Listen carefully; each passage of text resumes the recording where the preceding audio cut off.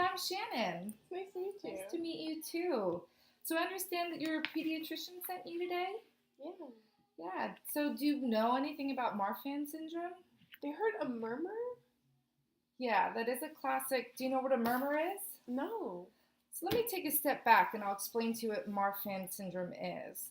I looked in your family history and it appears that nobody else has been diagnosed with Marfan's that you know I've of. never heard of this before. My pediatrician asked me to come and see you. Yeah, okay, so let me explain.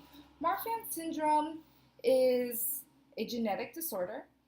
Um, it affects the FBN1 gene, and what that gene does is it makes a glycoprotein called fibrillin.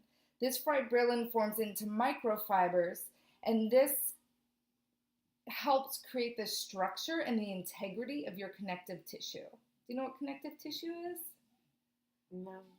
So connective tissue is all over your body. You can find it in your heart, in your eyes, in your muscles. And what it does is it allows this specific gene in the microfilaments allows for your muscles to, or your connective tissue to stretch and then recoil. So, when your heart pumps, the connective tissue allows it to regain that integrity. So it's not just stretched and then left floppy. Now, somebody with Marfan's doesn't have the has a mutated FBN1 gene. So there's problems with that integrity in that muscle. So that might be why that we heard a murmur in your heart.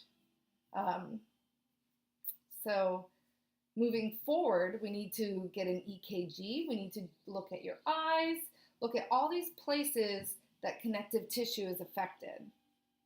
I know that might sound scary, but people with Marfan's live very normal lives, and the key to the disease or the genetic condition is prevention. And we do that by making sure you have a cardiologist, a pulmonologist, an eye doctor. So how do they know I have Marfan's? That's a great question. I think we're still figuring it out because there's no family history. So it's a genetic disorder, like I explained. And let me just show you something I think will really help. This is an autosomal dominant pattern.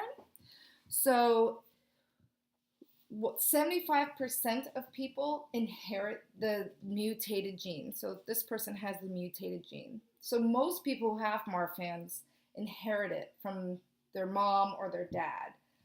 25% of people spontaneously mutate that gene, and we're not sure why.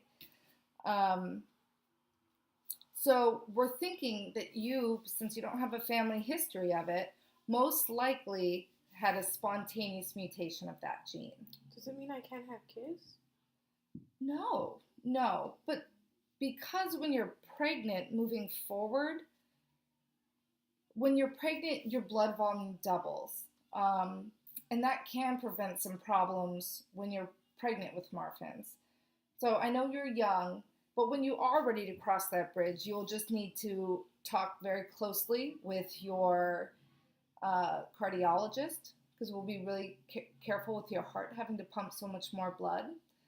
And you'll be considered a high-risk pregnancy, which sounds scary, but that just means you have to have your birth at a certain type of hospital. Okay. And it means passing forward, there's a 50% chance that you will pass on the disorder to your child. Yeah. I know that's a little scary, but like I said, people with Marfan's are living normal lives. They have average lifespans. Does it hurt? Marfan's? So similar, I think, here, I'll show you this picture, and I think that you'll see a lot of it's familiar. Very tall and slender, long fingers and toes. Eye problems. Do you have problems seeing? I wear glasses. Yeah, so that's part of that connective tissue, and the retina has trouble staying attached. So that's something moving forward, you'll just want to have a close relationship with your ophthalmologist. Concave or convex chest. Often there's spinal curvatures. crowded teeth, which you have beautiful teeth, so that's good. Yeah, so those are common things that you see with marfan. So moving forward, if you were to pass this to one of your children, it's a very livable disease. You just have to be, the key to it is prevention. So how do I prevent my spine from curving? I'm not sure that you can. If you end up with scoliosis, you get a back brace. We'll do a physical assessment on you today, and we'll check the curvature of your spine. Looking at you, it looks fine now. I mean, there is varying levels of marfans. Some are very severe, some not so much. So if you had scoliosis that was really bad, we would make sure that you got a back brace for it. Okay. So what do I do now besides go to a lot of doctor's appointments? Well, it's important. Oh, excuse me. My phone's going off. I'm a doctor. It's very important.